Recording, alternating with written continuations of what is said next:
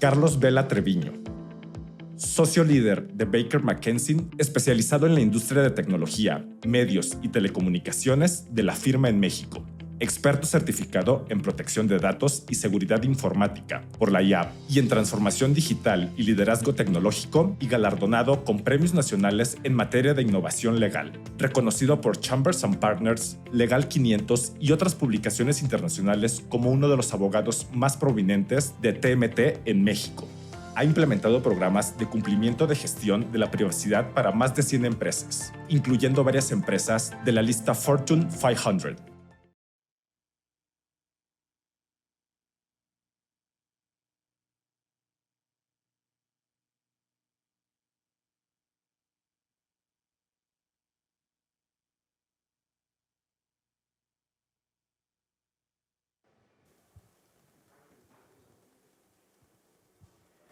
Hola, ¿qué tal?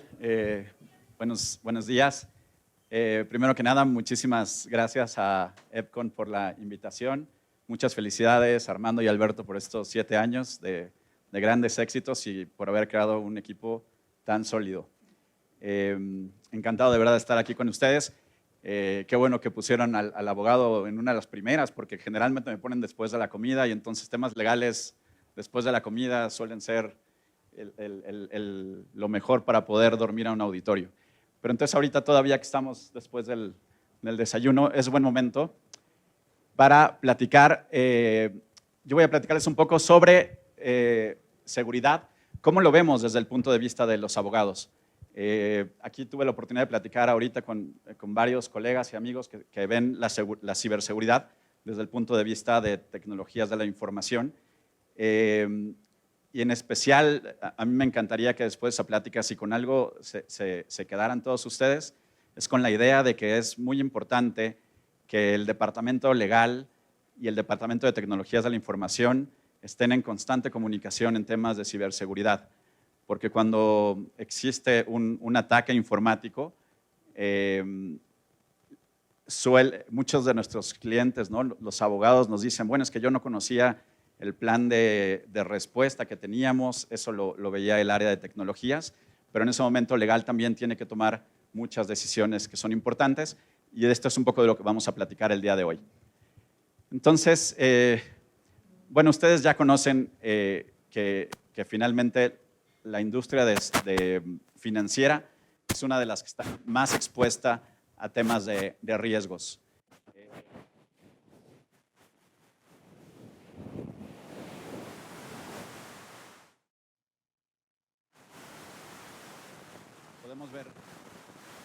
Podemos ver una variedad de encuestas que señalan que la mayoría de los profesionales financieros consideran que la ciberseguridad es el principal riesgo operativo. Es uno de los sectores más atacados. Casi una cuarta parte de los ataques en 2021 y 2022 tuvieron como objetivo este sector. Y entonces eso que está causando que en el mundo muchos reguladores están empezando a pensar cómo podemos fortalecer las medidas de seguridad de los diferentes sectores, en particular del sector financiero. Y esto, esta gran vulnerabilidad, pues se da también en un contexto donde dentro de las organizaciones estamos enfrentando un importante crecimiento y tendencias que nos están obligando a transformarnos digitalmente, ¿no? Estamos mandando parte de nuestra información a la nube o toda la información a la nube. Las fintechs ya empiezan de cero ya dentro de la nube. Estamos empezando a analizar más los datos que tenemos para poder, los bancos tradicionales pues tienen una gran cantidad de información y están viendo la competencia de las pequeñas fintechs que son muy buenas para analizar los datos y para poder ofrecer nuevos productos y servicios. Entonces, al mismo tiempo que estamos frente a los ataques de los posibles hackers, pues estamos también en un proceso constante de transformación.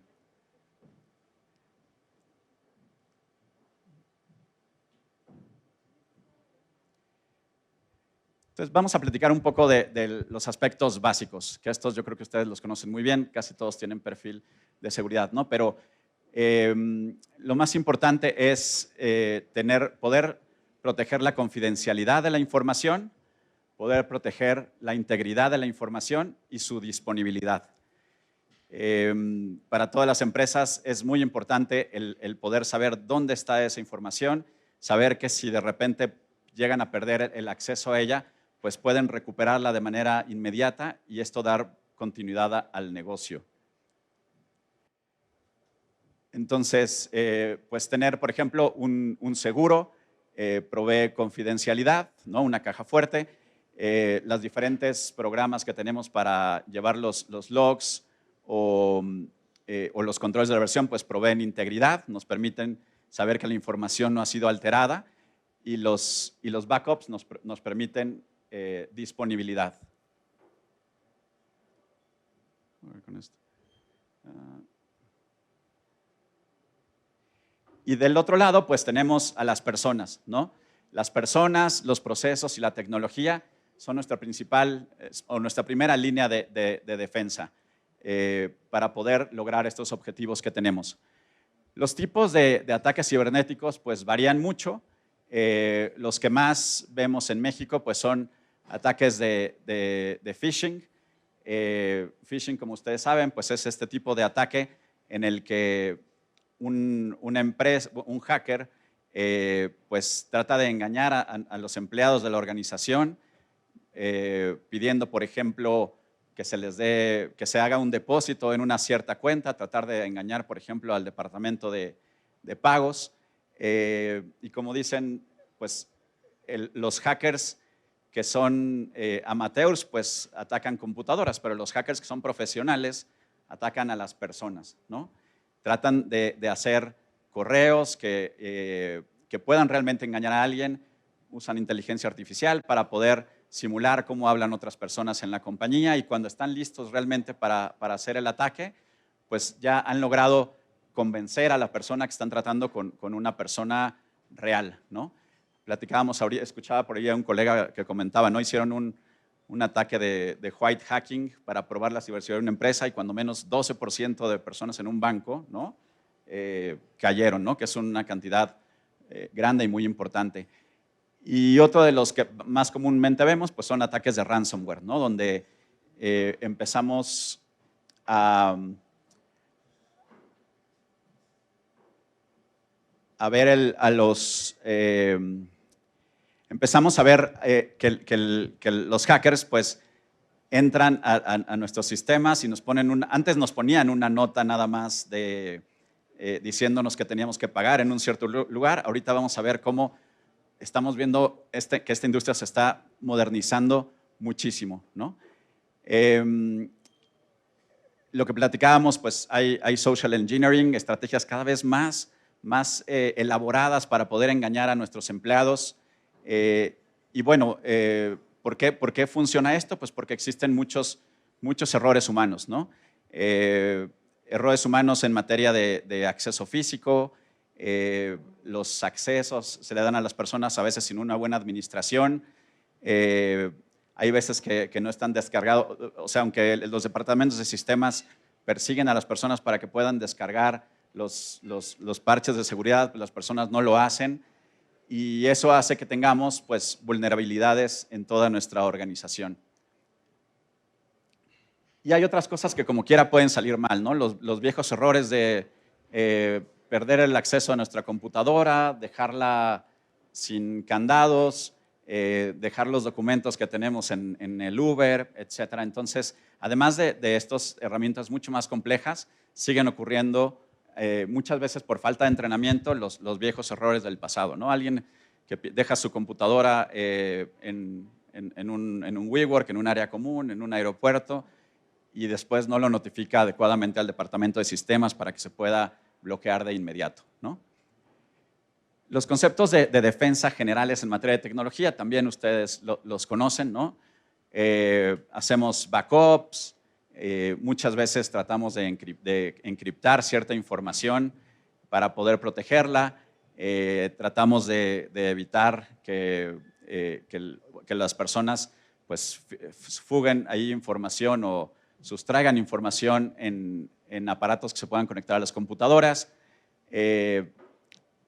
Y sobre todo, pues la reina, yo creo, de todos estos conceptos, o uno de los más importantes, que es el entrenamiento, ¿no? El constante entrenamiento de los equipos de trabajo para poder crear las defensas. Y desde el punto de vista de seguridad, igual ustedes esto lo saben, esta parte es realmente pues, la más técnica, la que ustedes dominan, pues tenemos medidas preventivas, tenemos medidas correctivas y medidas técnicas, organizacionales y físicas, ¿no? Físicas, pues por ejemplo, tener puertas, tener accesos cerrados, tener alarmas, medidas organizacionales como son tener buenas políticas en la empresa, planes de seguridad, planes de reacción a incidentes, medidas disciplinarias y medidas técnicas, ¿no? Como pueden ser medidas lógicas como firewalls o mensajes, ¿no? Pop-up que nos recuerdan a las personas todo el tiempo por qué es importante la seguridad y por qué no podemos dejar la computadora pues encendida, sin candados, etcétera. Entonces, este es un poquito, desde el punto de vista técnico, el arsenal con el que cuentan las empresas para defenderse. Y ahorita vamos a platicar un poco de cómo se va a complementar esta parte técnica con la parte legal. Lo que veíamos antes, pues, era este tipo de ataques, ¿no? Donde simplemente pues, el atacante trata de cambiar una letra en el email, por ejemplo, y trata de que pues una persona descargue un programa que le permita el acceso al atacante. Y en ese momento o después, pues podría aparecer esta nota, ¿no? Diciendo, acabamos de entrar a tu computadora, vamos a encriptar la información que está en tu computadora y entonces tienes que depositar una cantidad en euros, en dólares, para poder tener acceso a ella, ¿no? Lo que vemos ahora es mucho más complicado, ¿no? Lo que empezamos a ver ya con los grupos más profesionales. A mí me llama la atención porque ya ponen en la parte de arriba de sus correos así preguntas frecuentes, ¿no? Por si tienes dudas, pues ya no entres en contacto con nosotros, nada más entra el link y vas a encontrar ahí toda la información que necesitas de este ataque.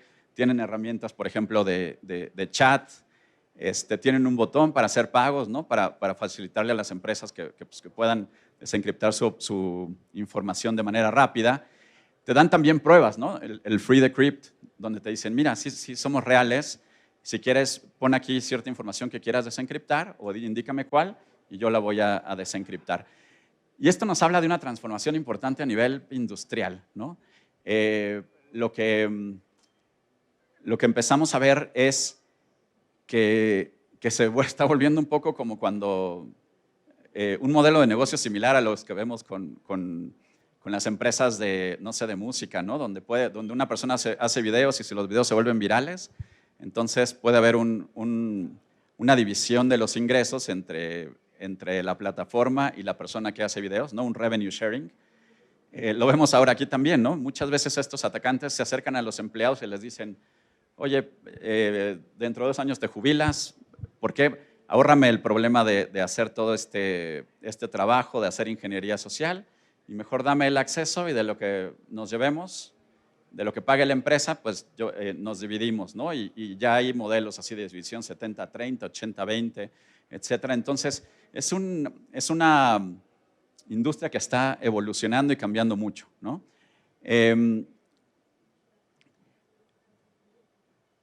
Te dan también garantías, ¿no? Por ejemplo, puedes desencriptar, te dicen, oye, si me pagas a mí, entonces yo también te voy a dar una garantía y durante los siguientes 2 años te prometo que no te voy a volver a hackear, ¿no? Entonces, es una industria que ya pues, parece un e-commerce, ¿no? De repente. Y estos son, pues, pantallazos pues, reales de repente que vemos con los clientes. De repente decían, oye, ¿pero por qué a mí? Pues no hay ninguna razón particular por la que te hayamos atacado a ti, pero además te voy a dar consultoría, ¿no? Dice, lo que pasa, ¿cómo entramos? Te voy a explicar cómo entramos y además te voy a dar recomendaciones, ¿no? Te voy a decir cómo pensaría yo que se pudo haber evitado este ataque. Entonces, también te llevas la consultoría como parte del ataque. Entonces, lo que vemos pues es una industria en mucha transformación y donde al final tenemos un riesgo por triplicado, porque te amenazan primero con publicar la información confidencial, te dicen tengo información confidencial y datos personales, saben los atacantes perfectamente que esto te va a obligar a tener que reportar el evento hacia a las autoridades y que eso te va a meter en un problema de notificaciones, de costos, de brindar seguros. Entonces, esa es la primera amenaza, voy a publicar tu información. Una segunda amenaza que suelen hacer es crear disrupción en las operaciones. Dicen, ok, ya me pagaste ahorita, ok, ahí estaban tus datos personales, pero además puedo mantener cifrados o bloqueados ciertos de tus equipos para crear disrupción, ¿no? Esto es un riesgo particular para empresas, por ejemplo, que cuentan, o sea, que viven de la logística, por ejemplo, empresas que transportan comida, o sea, que producen, por ejemplo, alimentos, ¿no? De repente, si un hacker dice, bueno, pues te voy a mantener bloqueada cierta parte, no sé, la visibilidad que tienes de tus camiones repartidores, pues entonces es posible que no puedas saber si están llegando, si el producto se está moviendo bien, si los refrigeradores siguen funcionando, etcétera, etcétera. Y entonces, pues esto puede causar problemas muy graves, ¿no? Además de que es posible que puedas caer en incumplimientos de contratos. Y finalmente, una tercera amenaza es el revelar información a tus competidores, ¿no? Por ejemplo, empresas que se dedican a empresas de consultoría que tienen información sobre muchísimas empresas y sobre muchos clientes, e información que puede incidir, por ejemplo, en el movimiento de las acciones, en que suben o bajan las acciones, pues para estas empresas, el que de repente se publique cierta información o que te amenacen con darle cierta información, secretos industriales a tus competidores, pues es muy grave, ¿no? Entonces ya no es nada más como págame y desencripto tu información, sino es, ya me pagaste por eso, ok, ahora págame para que te desbloquee tal parte de tus equipos que requieres para poder cumplir con tus obligaciones o para poder llevar a cabo tus operaciones, ¿no? Entonces también se está como segmentando. Es decir, existen como ya muchas fuentes de monetización, ¿no? Entonces, lo que decíamos es que al final los reguladores dicen, ¿cómo puedo ayudar? ¿No? El Congreso dice, ¿cómo ayudo? Y la verdad es que la única manera que hasta ahorita ha encontrado como el ámbito legal de poder ayudar es tratando de hacer leyes que impongan medidas de seguridad más elevadas a las empresas, ¿no? Eso obviamente tiene dos vertientes. Por un lado, podríamos decir es muy bueno porque ciertas industrias son estratégicas y necesitamos que protejan la información con unos estándares muy altos. Entonces está bien, podríamos decir que en la ley se eleven esos estándares para que podamos lograr el efecto que queremos, ¿no? Pero por otro lado tenemos empresas fintech, tenemos pymes, ¿no? Que también necesitan que también tienen información importante, que también necesitan protegerse, y si la regulación se hace de manera general, entonces pues se van a elevar los costos de operación también para muchas empresas medianas, ¿no?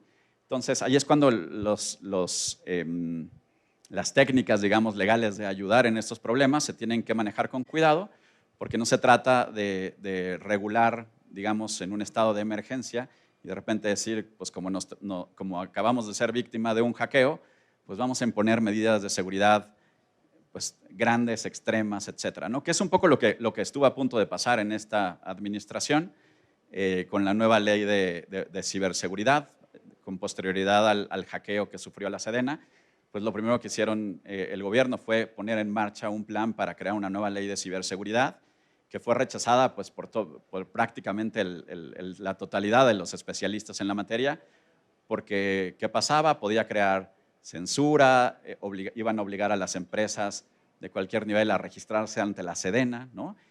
Y eso no existe en otras partes del mundo, ¿no? Obligar a proveedores de seguridad a registrarse ante el ejército, pues no es algo que se veía que hubiera estado consensado, que tuviera una finalidad clara. Íbamos a ver al ejército patrullando las redes sociales, etcétera. Entonces, ese tipo de regulaciones de emergencia son justamente lo que no queremos ver como abogados, porque sentimos que no ayudan y en cambio sí pueden crear pues graves problemas de mercado, ¿no? Graves costos para los operacionales. Pero en general, y un poquito, ahorita vamos a platicar de cómo, bueno, más bien, yéndome un pasito para atrás, entonces, en general, las leyes de ciberseguridad van a tratar algunos de estos temas en mayor o menor medida. Y eso es lo mismo que esperaríamos que trajera la nueva ley de ciberseguridad, ¿no? Por un lado, vamos a tener medidas de seguridad. Son medidas de seguridad, es decir, se puede decir que en una industria en particular se vayan a crear o a elevar, o que las empresas de una industria en particular vayan a tener que adoptar medidas de seguridad. Estas pueden ser administrativas, físicas o lógicas. Ahorita platicaremos. Pero también se puede dar el caso que para alguna industria en particular queramos crear medidas de seguridad como más grandes, más extendidas. Algunos ejemplos los vamos a ver en los siguientes slides, pero podrían ser, por ejemplo, el obligar a que en ciertas industrias los empleados que están manejando las bases de datos tengan que pasar por un proceso de auditoría. Por ejemplo, pasar a los empleados al piano, ¿no? Que den sus biométricos y hacerles una búsqueda para ver si tienen antecedentes penales, etcétera, ¿no? Entonces, digamos, pasamos de unas medidas de seguridad que pueden ser estándar, que todos conocemos, a ciertos requerimientos especiales que pueden darse por la industria, y ahorita platicaremos más ejemplos. Otra herramienta, digamos, dentro del playbook de jugadas que puede tener el regulador es establecer que existan autorizaciones, que un regulador tenga que autorizar contratos, ¿no?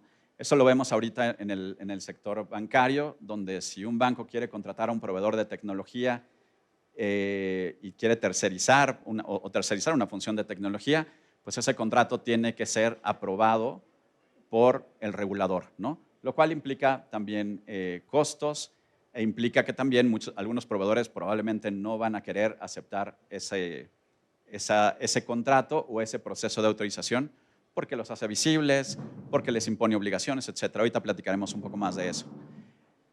Otro capítulo, digamos, de las jugadas, pues tiene que ver con temas de monitoreo de empleados, ¿no? Cómo monitoreamos en el día a día lo que están haciendo los empleados, si podemos o no monitorear lo que están viendo, los correos a los que están entrando, si podemos monitorear o no su WhatsApp, etcétera, para asegurarnos que están cumpliendo con las políticas, ¿no? Y que va de la mano también con el entrenamiento y el enforcement de las políticas.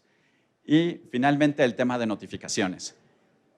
Otra de las jugadas que dice el regulador es, en cuanto seas víctima de una vulneración, yo necesito saberlo, necesito que me lo informes y necesito que me des cierta información específica del incidente. Estas notificaciones también venían en la nueva ley de ciberseguridad y las reglas no era muy claro cuándo tenías que notificar, por qué, a quién, por ejemplo, por qué al ejército le teníamos que notificar una brecha de ciberseguridad, etcétera, si nosotros somos un hospital privado, ¿no? ¿Por qué lo tendríamos que ver con el ejército, etcétera? Entonces, pero es un tema que también se regula, ¿no?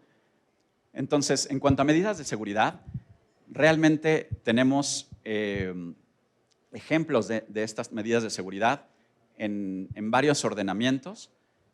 Uno de los más visibles y de los que más aplican pues, a todos los sectores es el de la Ley Federal de Protección de Datos Personales en posesión de los particulares.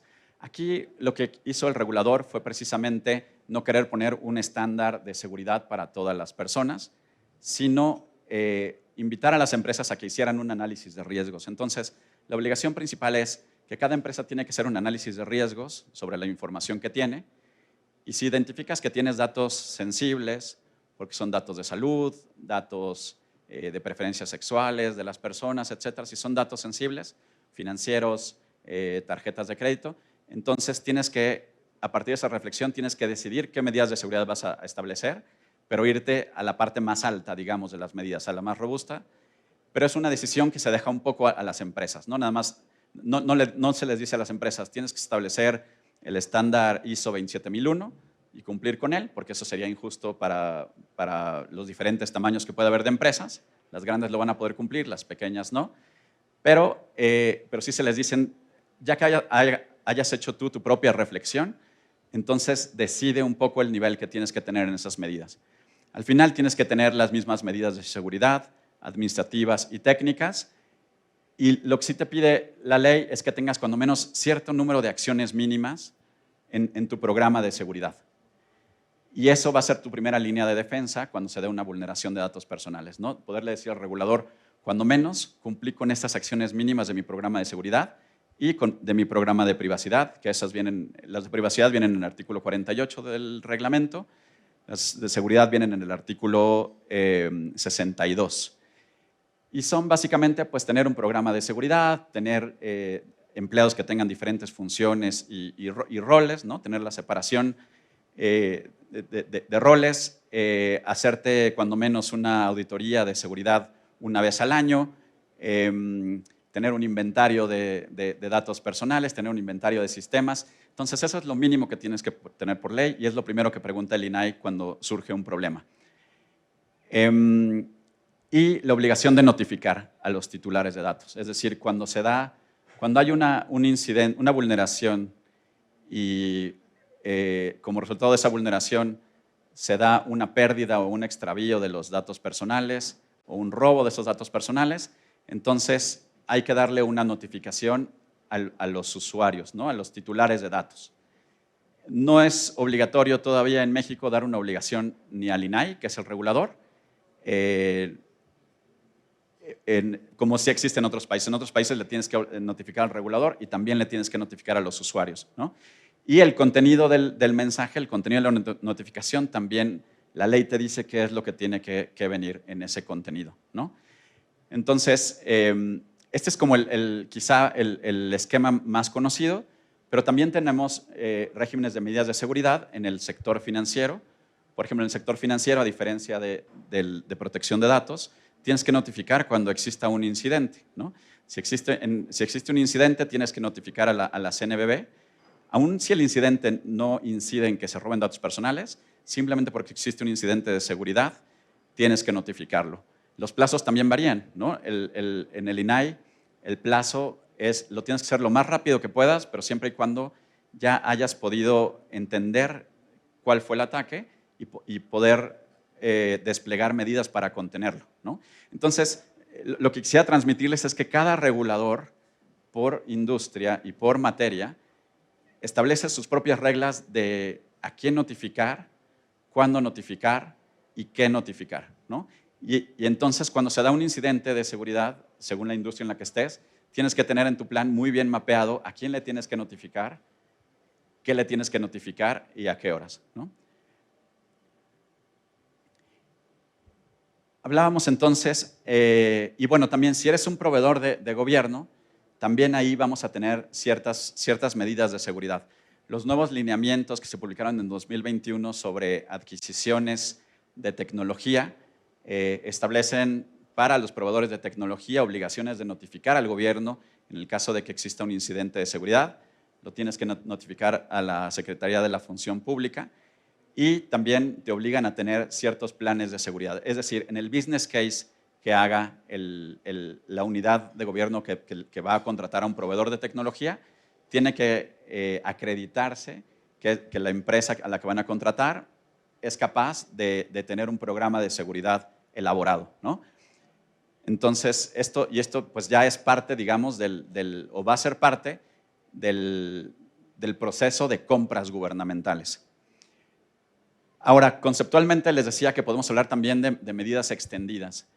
Esto a mí en lo particular como abogado me gustaría verlo más, ¿no? En el sector financiero es donde las tenemos y no todas, pero hay veces que los clientes en otros países se sorprenden de que no las tengamos en otras industrias, ¿no? Por ejemplo, en la industria energética, si ustedes preguntan cuál es el estándar de seguridad de la información que tenemos que tener, pues es el slide anterior, ¿no? O sea, las básicas que tiene la Ley de Protección de Datos y ya, cuando estamos hablando de infraestructura pues, estratégica para el país, ¿no? Y sin embargo, a diferencia del sector financiero, pues no te piden medidas adicionales. En el sector salud, ¿no? En muchos gobiernos en otros países, en el sector salud también te piden medidas de seguridad extendidas. En el sector de educación, ¿no? Te piden que las universidades, las escuelas estén protegiendo también su información con estos niveles pues, más elevados, ¿no? Y esto en México todavía lo vemos relativamente poco, quizá nada más en el sector gobierno y un poco más, en el más elaborado, en el sector financiero, ¿no? ¿Qué medidas extendidas pueden existir? Por ejemplo, en el sector financiero te piden que cierta información sí tenga que ser encriptada. Y eso no te lo piden todas las leyes del sector financiero. Te lo pide, por ejemplo, la ley FinTech, pero a lo mejor no te lo pide la ley de casas de bolsa o la circular única de bancos. Es decir, cada una de las leyes tienen todavía diferentes estándares. Y en este semestre se presentó una iniciativa por parte del gobierno para poder estandarizar y poner en un solo marco, digamos, de referencia, estos diferentes tipos de obligaciones para ecualizarlas. Lo cual me parece que es muy buena idea, porque no tiene tanto sentido que algunas verticales, digamos, financieras estén más reguladas que otras, ¿no? Pero ¿qué medidas extendidas pueden existir conceptualmente? Bueno, hay países que te piden, por ejemplo, que tienes que tener un servidor local, ¿no? En el país, lo que llamamos un requerimiento de data residency. No es la mayoría de los países, te lo pide Rusia, te lo pide China, Brasil, y en México a nivel tratado tenemos una obligación como país de no establecer este tipo de requerimientos. Entonces, es posible que, y eso es buena noticia para el sector financiero, pues que no tengamos que tener ya la obligación de tener servidores locales, lo cual nos permite pues, decidir con mucha libertad a qué proveedores de nubes queremos contratar, ¿no? Pero es importante saber que pueden existir. Y en el sector gobierno sí se dijo que se van a preferir se va a preferir siempre en la contratación pública aquellas personas que prácticamente puedan crearte una nube privada on-premise, ¿no? Entonces, vamos a ver cómo sale esta nueva ley de ciberseguridad y qué dice en estos temas. No debería de violar el tratado, pero no sería la primera vez que se hace, ¿no? El TEMEC. Especificaciones de diseño de data centers, ¿no? Hay veces que en otros países te van a decir que que si vas a hacer un data center, cómo tiene que crearse. Planes de recuperación de desastres, esos los tenemos ya en la regulación financiera y es una de las medidas extendidas más importantes. Evaluaciones de empleado, eso lo vemos mucho, por ejemplo, con Estados Unidos, donde tienes que hacerle un screening a los empleados contra las listas de la OFAC y listas del FBI, etcétera, etcétera. Y si no lo puedes contratar, y si ya lo contrataste, lo tienes que despedir, ¿no? Y eso para empleados que estén en Estados Unidos o para aquellos que estén tercerizados en México. Esto también lo incluía la nueva ley de ciberseguridad y es posible que lo veamos en el futuro. Afortunadamente ahorita todavía no existe. Obligación de mantener la información cifrada, eso ya lo tenemos en varias de las leyes del sector financiero. Y obligación de tener nubes privadas o on-premise o híbridas, eso todavía lo vemos ya en sector gobierno, no se ve todavía en el sector financiero. Entonces, un poquito ese es el concepto de medidas extendidas. Si podemos ver, pues hay una diferencia importante en costos y en niveles de seguridad. Después, el tema de autorizaciones. Hablábamos ya de que la CNBV te pide una autorización para poder contratar o tercerizar algún servicio de tecnología. Además, van a pedir, o lo que la ley puede también llegar a poner, o pone, es que existan ciertas cláusulas mínimas, ¿no? Por ejemplo, en las leyes de compras gubernamentales, si el gobierno quiere comprar una nube, entonces van a tener que establecer ciertas cláusulas obligatorias en materia de protección de datos, que están en la ley de protección de datos en posesión de los sujetos obligados. En la ley de protección de datos de privados no existe la obligación de poner ciertas obligaciones por ley.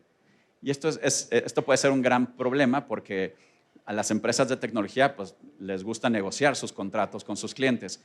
Y si de repente hay una ley que te impone una obligación de transcribir ciertas cláusulas que vienen en la ley, pues eso te quita totalmente capacidad para poder negociar y muchos proveedores podrían no estar de acuerdo y decidir pues, simplemente no ofrecer el servicio, ¿no? Entonces, pero es otra de las jugadas que tenemos en el playbook, ¿no? Los legisladores a veces van a decir, por ejemplo, una cláusula que obligue al proveedor a aceptar auditorías de gobierno. Eso ya lo tenemos, la CNBV obliga a los bancos a poner una cláusula donde el proveedor acepte la obligación de recibir auditorías por parte de la CNBV, ¿no? Lo cual siempre para un proveedor de otro país pues lo ven con muchísimo recelo. Dicen, ¿qué va a venir la CNBV a auditarme en Estados Unidos? ¿Con qué tanta frecuencia lo hacen? ¿No? Es algo que les preocupa. Entonces, cláusulas mínimas en los contratos, obligaciones de auditoría. También en el sector financiero pues están estas obligaciones de auditoría que les comentaba. Y hasta ahorita hemos logrado pues, negociar con la CNBV para llegar a algunos acuerdos ahí intermedios, ¿no? Donde podamos darle a la CNBV, por ejemplo, reportes por parte de terceros en materia de seguridad, de firmas de consultoría, pero realmente pues, es un tema que sigue siendo pues, preocupante, ¿no? Para los proveedores. Y obligaciones de revelar información de localización de centros de datos, ¿no? Eso también existe en la ley mexicana y podría existir también en otras verticales, ¿no? En temas de empleados y privacidad, o sea, ¿hasta dónde puedo llegar a monitorear? Pues vemos que las necesidades de monitorear a la planta productiva están creciendo muchísimo. Primero, pues porque se recopilan más datos, por ejemplo, para los programas de diversidad. Las empresas empiezan a obtener más datos, por ejemplo, de preferencias sexuales, datos de vacunación, porque consideran que son datos que son necesarios para mantener las operaciones de la empresa, ¿no? Las empresas cada vez tienen más necesidad de patrullar sus redes de comunicaciones, no solo para temas de productividad, o más bien para poder identificar amenazas y ciberseguridad. Lo malo es que cuando ya las tienes implementadas, es posible que también quieras utilizar ese monitoreo para temas de productividad y entonces es ahí cuando puedes llegar a violar la ley, ¿no? Porque si dijiste si le avisaste en el aviso de privacidad del empleado que las ibas a utilizar únicamente para patrullar tu red y luego lo usas también para otros fines, entonces estarías en violación de la ley, ¿no? Y eso ocurre también con muchísima frecuencia, porque cuando se compran este tipo de herramientas o de soluciones, no queda muy claro quién es quien las va a controlar, quién va a revisar estos reportes, etcétera, ¿no? Acceder a la computadora de los empleados se ha vuelto una gran necesidad, sobre todo para investigaciones internas, investigaciones en materia de anticorrupción, investigaciones en materia de lavado de dinero, etcétera.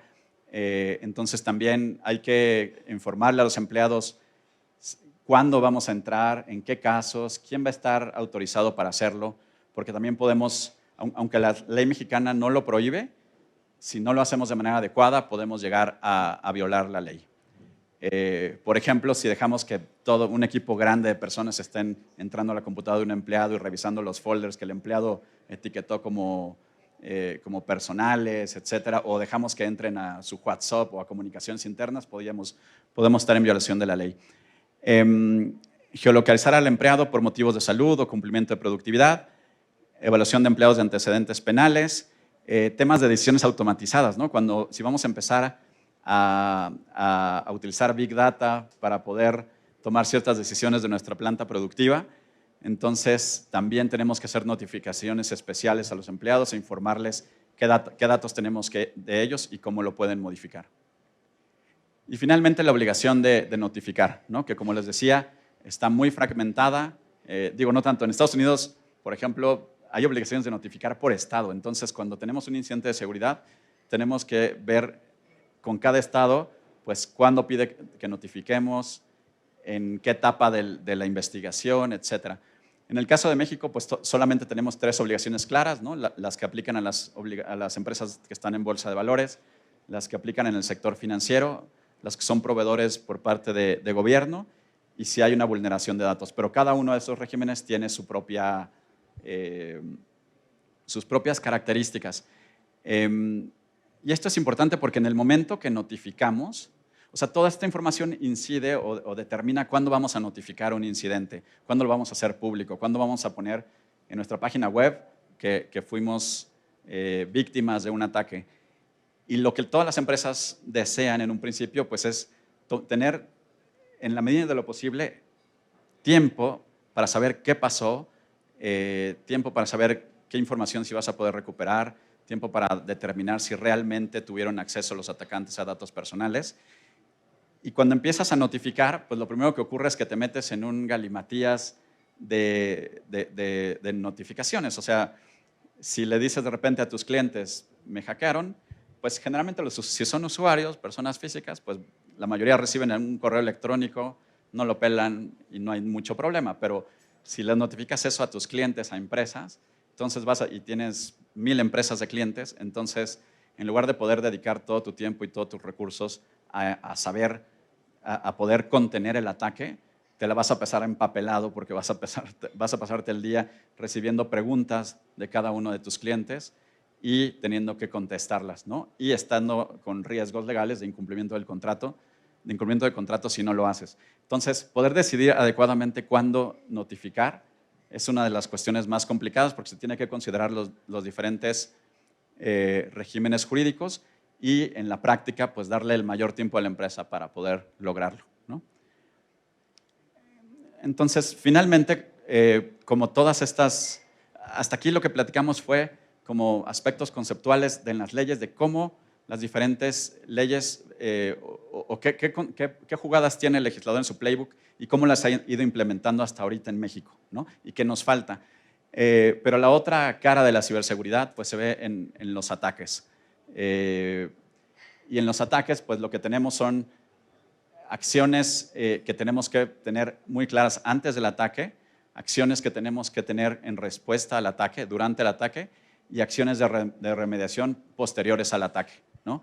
Entonces, en la preparación al ataque, lo que pensamos que es más importante, pues es que la empresa tenga muy claro cuál es su plan de respuestas a incidentes, ¿no? Que no sea un documento que esté en un cajón, sino que sea un documento con el cual hagas incluso ensayos o simulacros con cierta frecuencia, donde estén involucradas todas las áreas, legal, relaciones públicas, TI, etcétera, ¿no?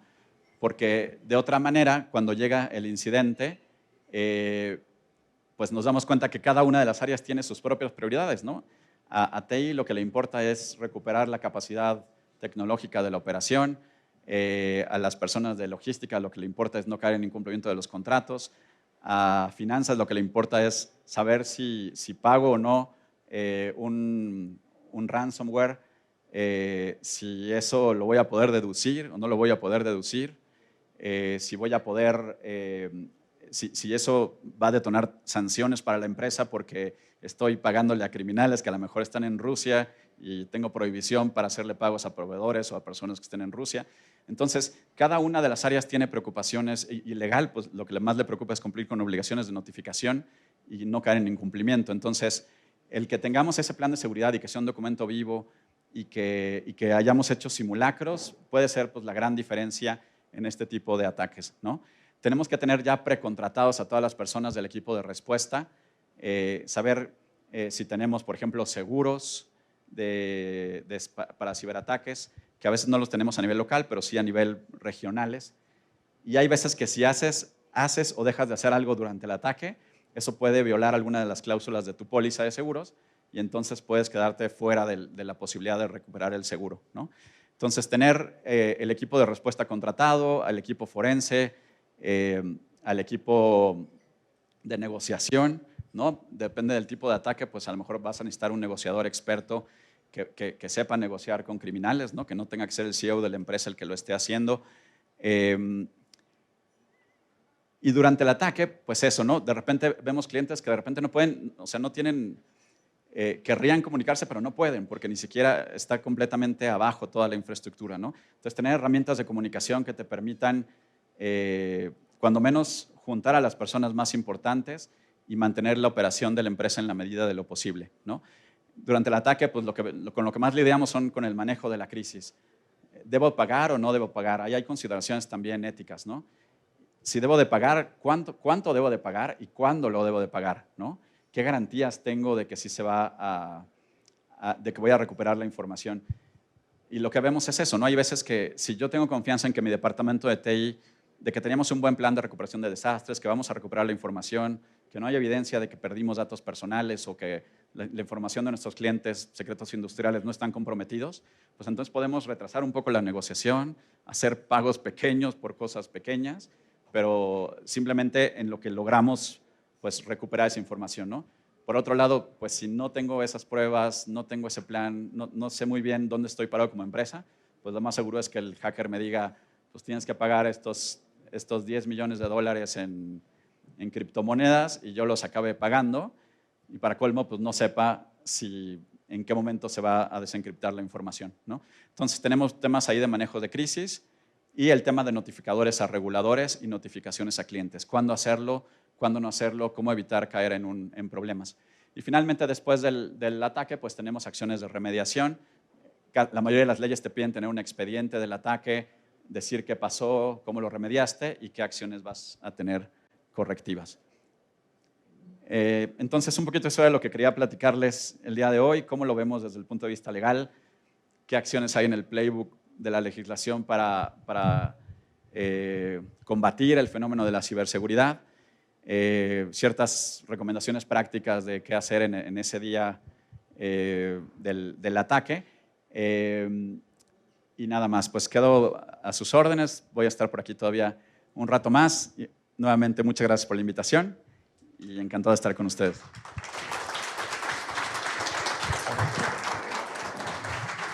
Muchísimas gracias. No sé si alguien tenga alguna pregunta. Dudas a la 1, dudas a las 2. No hubo dudas, todo quedó muy claro. Yo traigo 2 comentarios, si me permites, Carlos.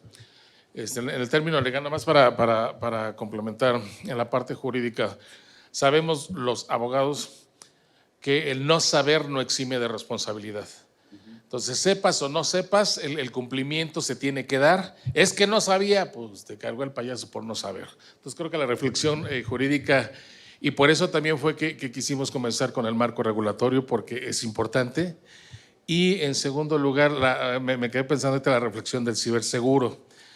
Es importante el ciberseguro, los que lo puedan contratar, los que lo sepan adquirir, pero en cuestión de ciberataques, si el ataque viene de fuera, el ciberseguro se aplica. Pero si el ataque viene de dentro, el ciberseguro sirve para 2 cosas y en ese caso lo que aplica es una fianza de fidelidad, porque como viene de dentro es un empleado. Entonces un seguro ataca solo contra externos. Me quedé pensando en esa reflexión porque fue un debate que tuvimos con una aseguradora hasta que lo entendí. Entonces, pero bien traído, ahora sí que bien bajado ese balón. Muchísimas gracias. Le vamos a pedir, por favor, a Alberto y Armando que le entreguen su reconocimiento, por favor, de participación. Muchas gracias. Y los demás aplaudimos. Gracias. La porra. Foto para el Face.